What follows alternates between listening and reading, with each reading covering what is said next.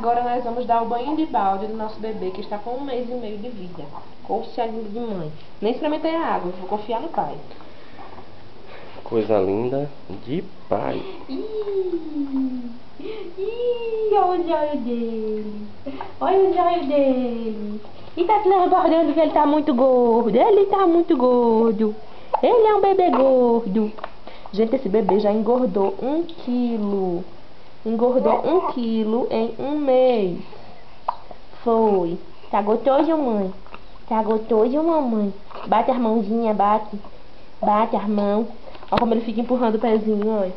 Dá um close, pai, nele, nos dedos, nos pés, nas patas. Choroso de mãe.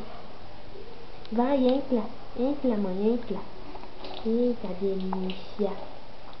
Eita, delícia. Soluçando, olha. As brotoejinhas na bochecha ainda tá, mas tá bem melhor. Vai, mãe, afunda. Afoga aí dentro, afunda. Coxa linda. Olha ele como é lindo. Grandão. Olha a diferença dos vídeos dele menorzinho e desse agora. Ele cheio de dobra e de gordura. Gofando, olha. Gofento que só ele. Se mamãe engulhar assim, bota a mão. Mamãe jogar uma aguinha. Olha que delícia. Olha que delícia. Uma aguinha aqui. Então como ele relaxa, olha. Como ele gosta dessa cadeira. Senta, mãe, senta. Vou tentar sentar aí.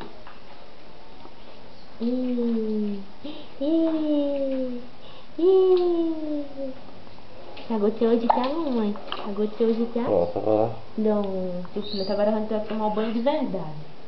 Meu amor. Uma aguinha quente, quem não gosta, um relaxamento desse.